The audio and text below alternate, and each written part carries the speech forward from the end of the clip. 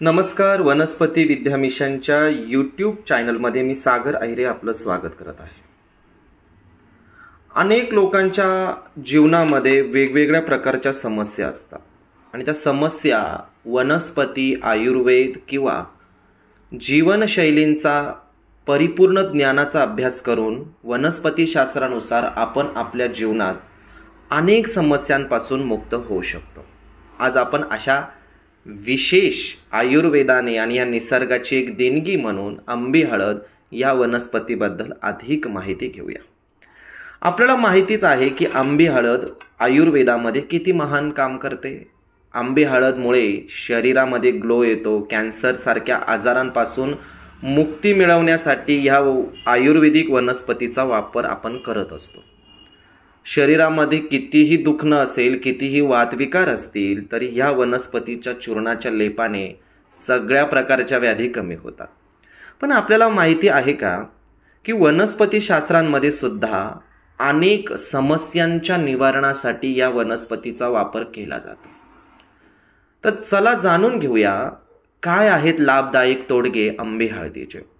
सगळ्यात महत्त्वाची गोष्ट आहे की आंबी हळद ही तुम्हाला कुठेही इझिली मिळते. आंबी हळद नवग्रहांमध्ये गुरु, राहू, केतू आणि सूर्य या 4 ग्रहांसाठी स्नान कर्मासाठी वापरली जाते. तुम्हालाही असं वाटत असेल की आपला गुरु खराब आहे, राहू खराब आहे, केतू खराब आहे किंवा सूर्य खराब आहे, तर अशा व्यक्तींनी या वनस्पतीचा एक साधा तुकडा नेहमी आपल्या पॉकेटामध्ये ठेवावा. विशेष करून जर आपल्याकडे एक चांदीची डब्बी असेल त्यामध्ये जर आपण ठेवला तर याचे खूप चांगले अनुभव आपल्याला यायला सुरुवात होते. जे लोक डॉक्टर आहेत, वकील आहेत, रिअल इस्टेटमध्ये काम करतात, राजकीय क्षेत्रामध्ये जाण्याची तयारी आहे पण पाहिजे तशी संधी मिळत नाहीये, तर अशा लोकांनी सुद्धा या आंबी हळदीचा उपयोग तुम्ही आपल्या जीवनात करू शकता. जर आपण 21, 41 किंवा 51 दिवस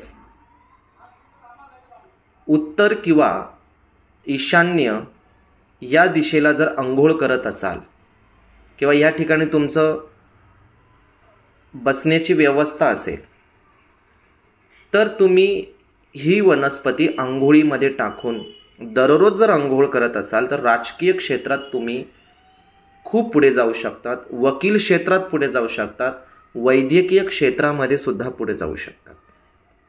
तिसरा सगळ्यात महत्त्वाची गुणधर्म आहे की अनेक लोकांना असं वाटतं की आपलं घर हे शापित आहे, भूत बाधेने त्रस्त आहे, कोणीतरी काही केलेलं आहे असं जर आपल्याला वाटत असेल तर घाबरायची गरज नाहीये. जर आपण आंबी हळद अमावस्या, पौर्णिमेला, प्रदोषच्या दिवशी याची पावडर करून कोळशावर, तापलेल्या कोळशावर जर जाळत असाल आणि तो धूप पूर्ण घरात देत असाल तर याने सुद्धा घरातली बरीचशी पीडा कमी होते. आंबी हळद ही तुम्हाला तुमच्या जीवनामध्ये यश, कीर्ती, बल आणि प्रतिष्ठा देण्याचं काम करते. म्हणून प्रत्येकाच्या घरामध्ये ह्या 3 कारणांसाठी का होईना आंबी हळद असणं खूप गरजेचं आहे. व्हिडिओ कसा वाटला लाईक, शेअर, कमेंट्स आणि जितका शेअर करता येईल तितका नक्की करा. जय गुरुदेव.